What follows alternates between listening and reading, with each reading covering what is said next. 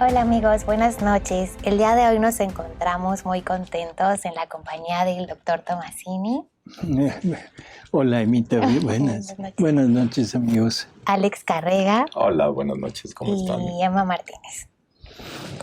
Emita, que está ahora en vez de Alejandra. Y pues, bienvenida, Emita. Gracias, doctor. Bueno, pues empezamos. Claro que sí. Empezamos con preguntas. Sí, Dale. Dice, ¿por qué desde que empecé a escucharlo sobre la divina voluntad me ha sacado de mi realidad? Me siento diferente, como si me hubiese despertado del sueño. ¿Esto es normal? Totalmente normal, ¿no? O sea, es entrar en una realidad que verdaderamente nunca nos hemos enterado, nunca nos han dicho nada de esto, y a lo más que hemos aspirado es a vivir agradándolo, cumpliendo su voluntad para algún día poder llegar a estar con Él, sentir su unión, en fin. Pero esto de la divina voluntad va más allá todavía, porque es la fusión permanente de Jesús en el alma. Creo que esto es hermosísimo y lógico, nos saca totalmente de lo habitual, de lo que conocíamos, ¿no? Así que qué bueno, es una muy buena noticia, o sea, para usted, así que adelante. Otra pregunta es, ¿sería correcto afirmar que es necesario vivir en el amor para poder vivir en la divina voluntad? Bueno, o sea, vivir en el amor, definitivamente sí. O sea, Jesús nos invita a estar unidos con Él. Y hay una frase de Luisa en las horas de la pasión, como que nos describe perfectamente esto. Ella está hablando que ve a Jesús sufriendo y que entiende que es el amor lo que lo lleva a sufrir tanto, ese amor que tiene por nosotros. Y entonces ella misma dice, yo entiendo que para poder comprender el sufrimiento que tiene es necesario ser amor. Y entonces Jesús, o sea, empieza a hablar y le dice, esa es como mi intención, que es convertirlos en amor.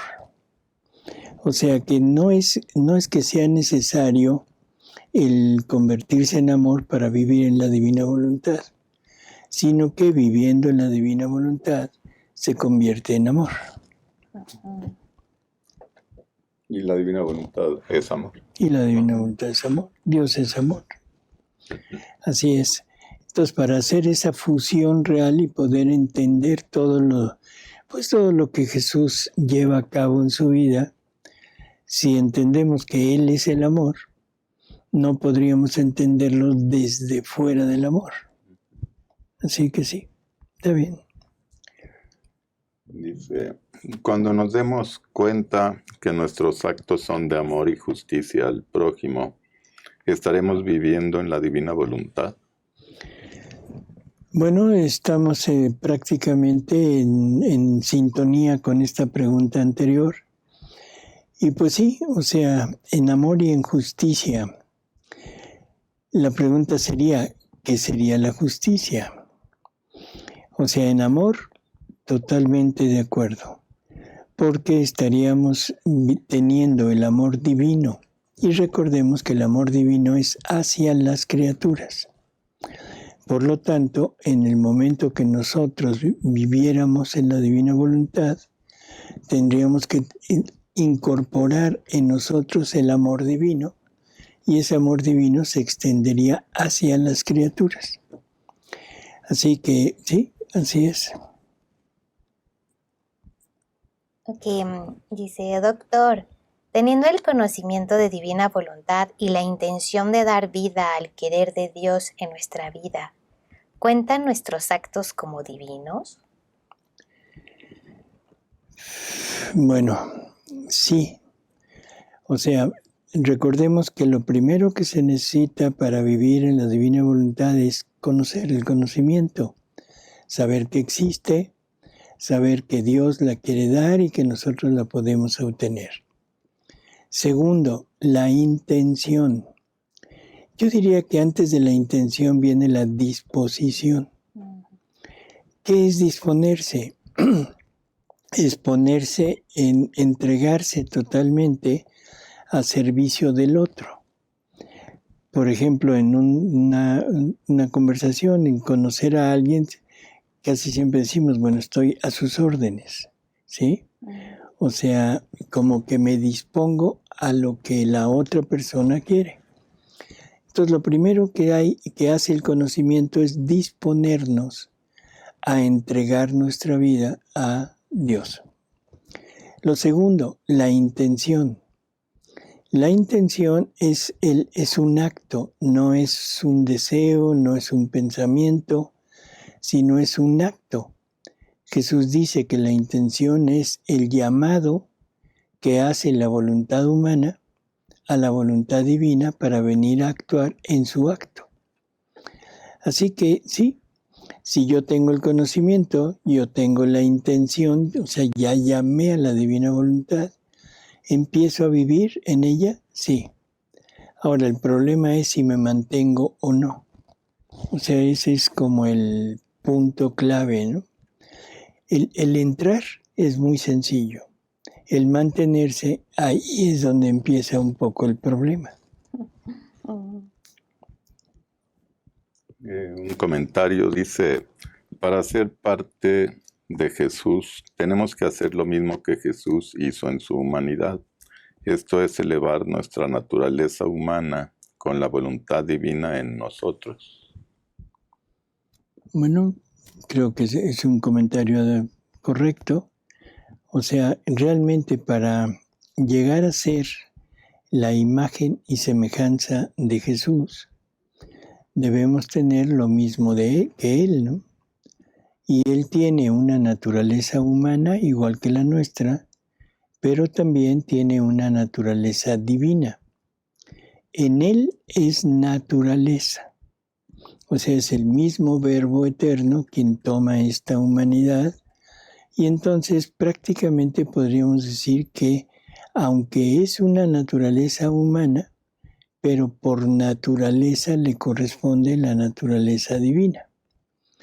Nosotros, para llegar a este punto, no podríamos llegar por nuestros medios, no sería un don, algo que tuviéramos como naturaleza nuestra, sino que nos la tienen que compartir.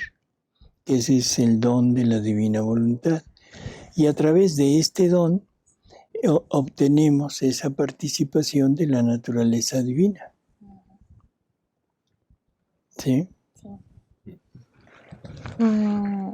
Aquí dice, ¿cómo puedo entender que al buen ladrón Jesús le dijo, hoy mismo estarás conmigo en el paraíso?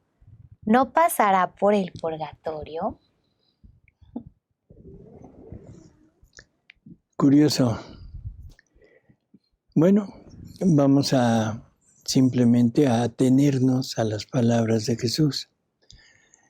Hoy mismo estarás conmigo en el paraíso. Bueno, ese hoy mismo quiere decir, tendrás la entrada al paraíso, pero yo pienso, esto es lo que yo pienso. Jesús, una vez que muere, tiene que bajar al seno de Abraham para sacar a todos los buenos y los santos que estaban ahí del Antiguo Testamento.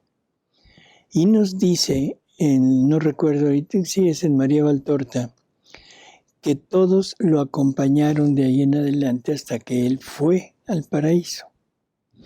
Entonces, ese hoy no quiere decir el día de hoy, el lunes o miércoles o sábado o viernes, no. Sino hoy quiere decir en ese presente eterno de Dios, ya está en el paraíso, pero está junto con Jesús. Bueno, ¿lo estuvo acompañando o no lo estuvo acompañando?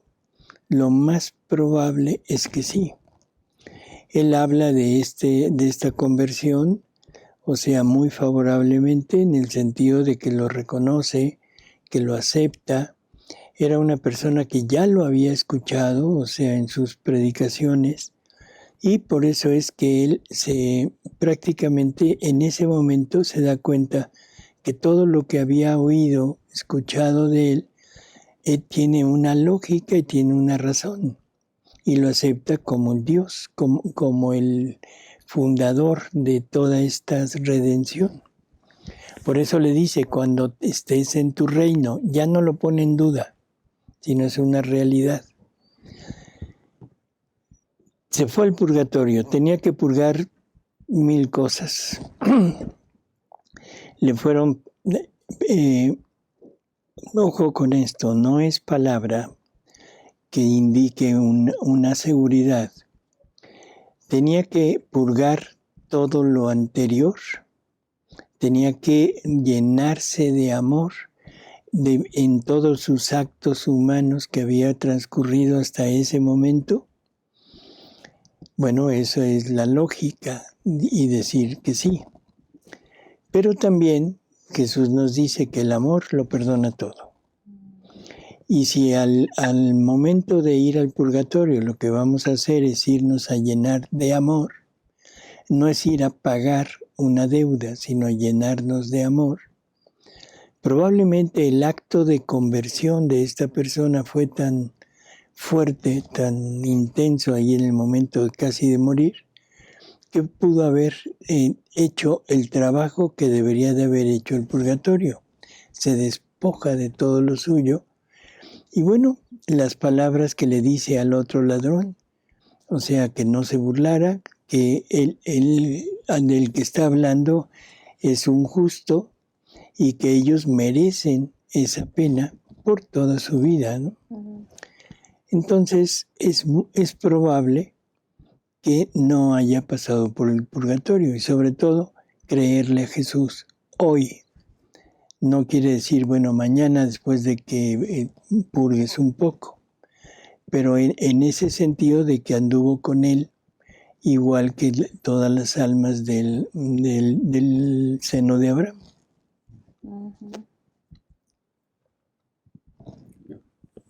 Dice, doctor, quiero saber cuáles son las verdaderas palabras de la consagración, ya que ahora no se dice por muchos, sino por todos. No, yo creo que es al revés.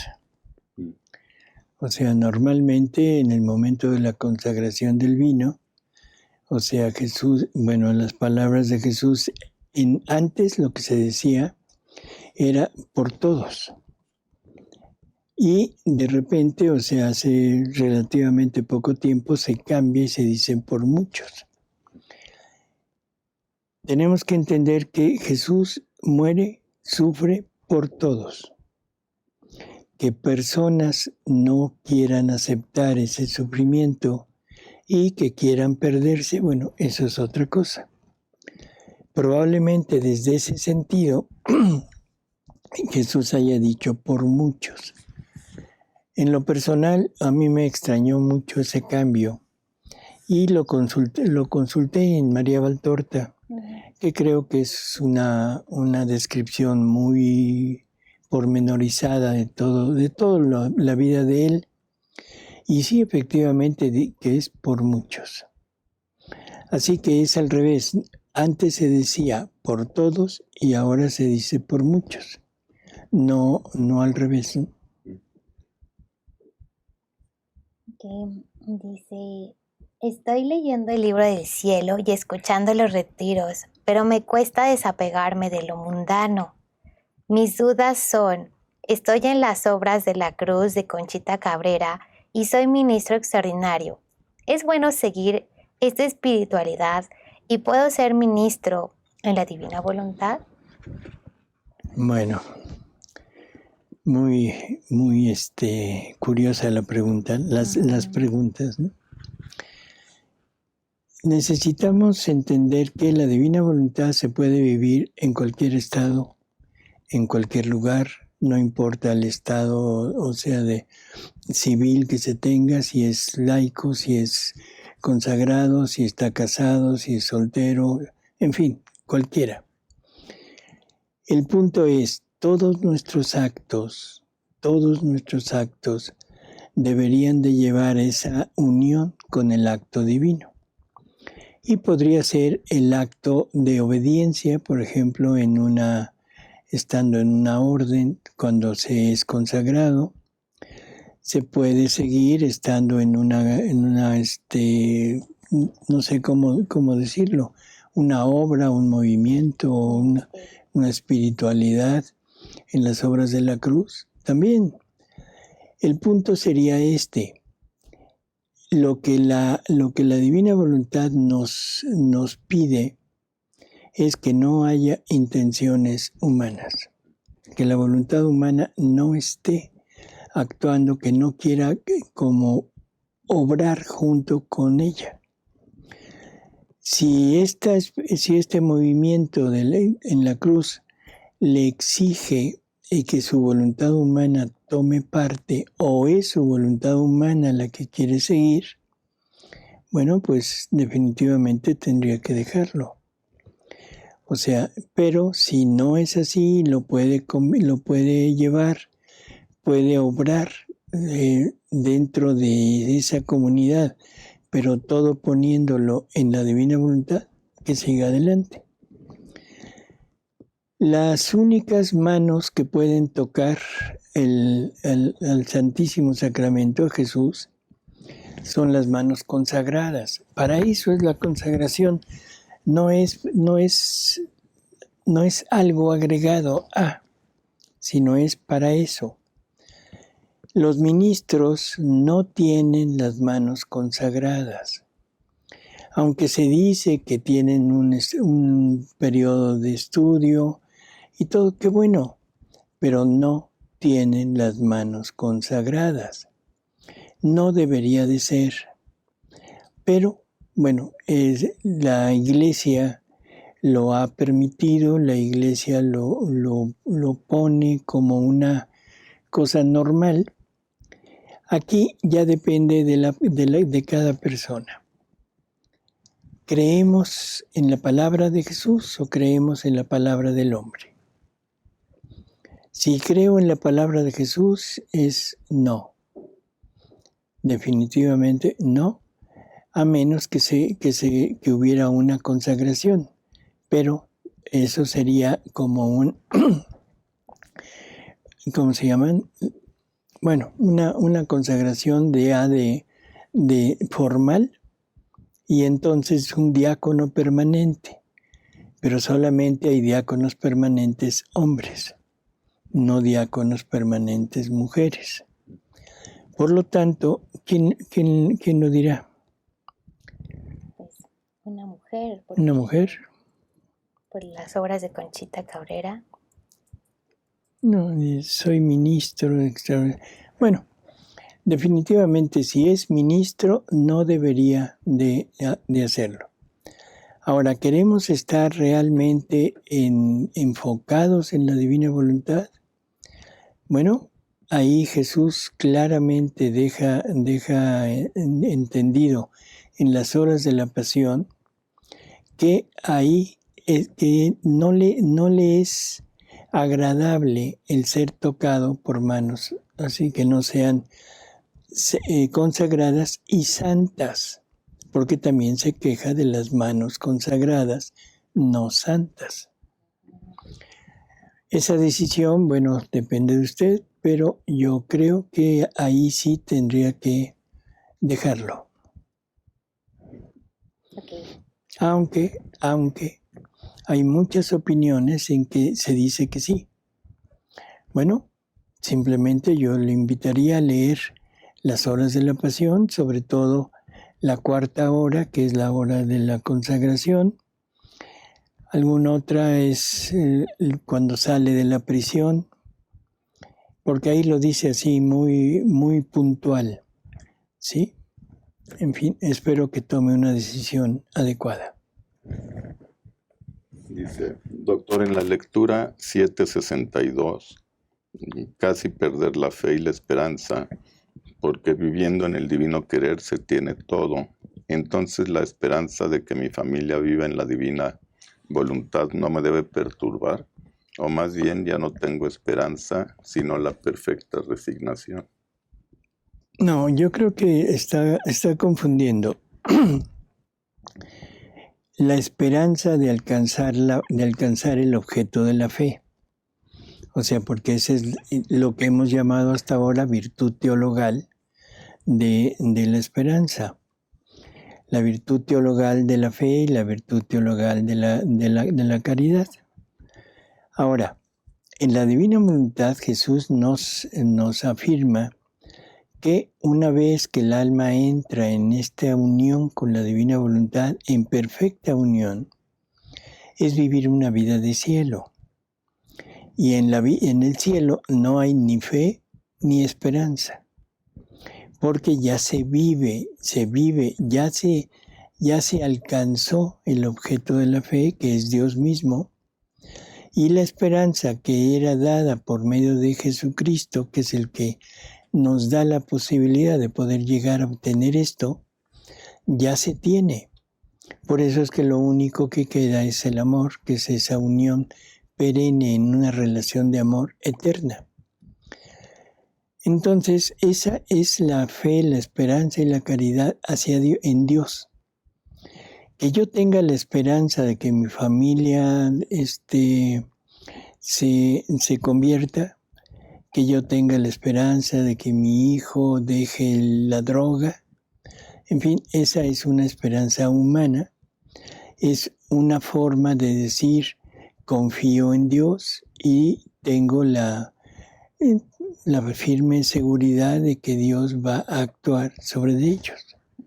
Esa no tiene nada que ver con la otra esperanza que es en Dios y la fe. Luego, al renunciar a una comunidad para conocer y vivir en divina voluntad, siento dolor en todo el cuerpo y no puedo escribir. Me pregunto si hice bien. A una comunidad religiosa, forzosamente. Consagrada, probablemente. Si hizo bien o no. Aquí es difícil poder dar una opinión. Más bien daremos lo que Jesús dice que es la forma perfecta de contestar. Jesús nos dice que en la medida que vamos llenándonos de Él, o sea que lo vamos incorporando en nuestra vida, Él nos va a conceder 3 dones, 3 gozos espirituales. El primer gozo es penetrar en las cosas de Dios, o sea, comprender las Escrituras, comprender la Biblia, comprender la revelación en Luisa y en cualquier revelación que haya. El segundo don o gozo es el fastidio en todo aquello donde antes me sentía llamado. Y el tercer gozo es el desapego total de todo. Vamos a quedarnos en el segundo. ¿Por qué renuncia a esa comunidad? Porque no puede tolerarla, no pueden tolerar el que usted lea, se dedique, hable de la divina voluntad. O no puede estar ya ahí porque siente ese fastidio. Si el fastidio es real, viene de Jesús. Y entonces es una manera en que le está expresando su voluntad. Si el fastidio es por problemas humanos de obediencia, sobre todo en comunidades, bueno, ahí tendría que discernir mucho, ¿no? Si es o no es de Dios. Y en la medida que sigamos lo que Jesús nos va diciendo, si yo le hago caso al fastidio, llegará el momento en que me dé el don del desapego total. Porque este desapego no es un logro nuestro, sino es un don que Él nos va a dar, pero a través de llenarnos de Él. Y la forma de llenarnos de Él es a través del conocimiento. O sea que entre más conozca,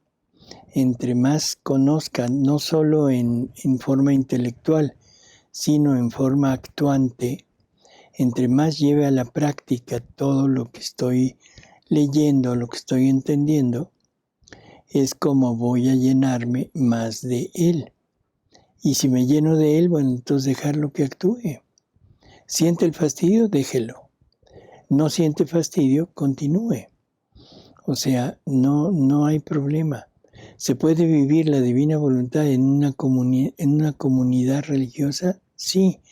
¿En una comunidad de cualquier tipo? También.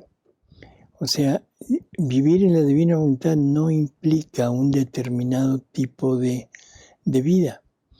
Lo que quiere es que todos los actos que se hagan vayan junto con la divina voluntad para que sea ella la que ponga en ese acto todos los atributos y todos los méritos y las obras divinas para ir transformando poco a poco la vida humana en vida divina.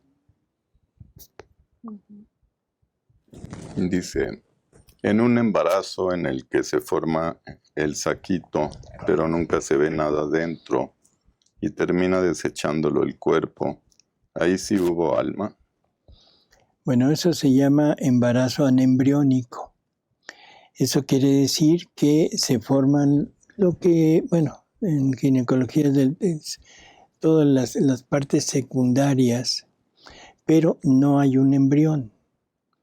Entonces se forma la placenta, se forman la bolsa y todo, pero no hay un embrión. Si no hay un embrión, no hay alma. Así que en un embarazo anembriónico, siempre debe terminar en una expulsión de ese embarazo. O sea, la mayor parte de las veces es espontáneo, y si no es espontáneo y se está seguro de que no hay embrión, puede ser provocado, pero no tiene un final feliz ese embarazo. En la divina voluntad, ¿usted sabe qué salmo rezó Jesús a San José en su lecho de muerte?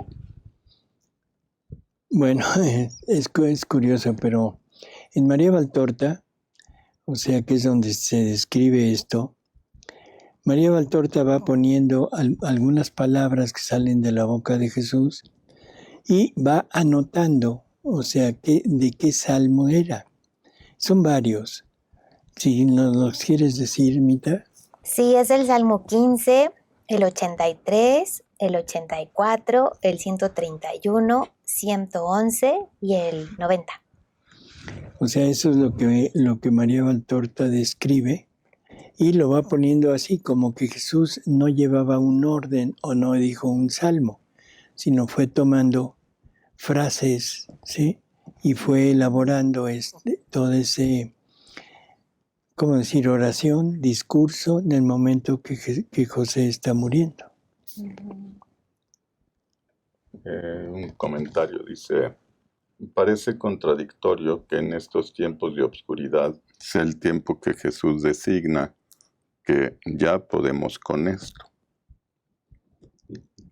No es contradictorio, al contrario, es totalmente, ¿cómo diríamos?, explicable y totalmente directo el tiempo, porque estamos viviendo un tiempo muy difícil de una apostasía en forma general, en que Dios prácticamente ya perdió su lugar.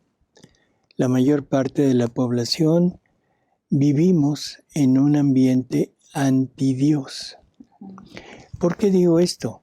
Bueno, porque todo mundo acepta cosas, formas de vida, eventos, en fin, que son totalmente en contra de Dios. Como el ejemplo, bueno, los ejemplos creo que no es necesario comentarlos, pero vivimos en este momento una verdadera catástrofe espiritual. Lo bueno ahora es malo Y lo malo ahora no solo es bueno, sino casi es una virtud. Ahora es un orgullo lo malo y es una ofensa lo bueno. Al malo se le aplaude y al bueno se le reprocha su actitud intolerante. Así que, o sea, este tema es problemático, ¿no creen? Sí. ¿Qué opinan ustedes?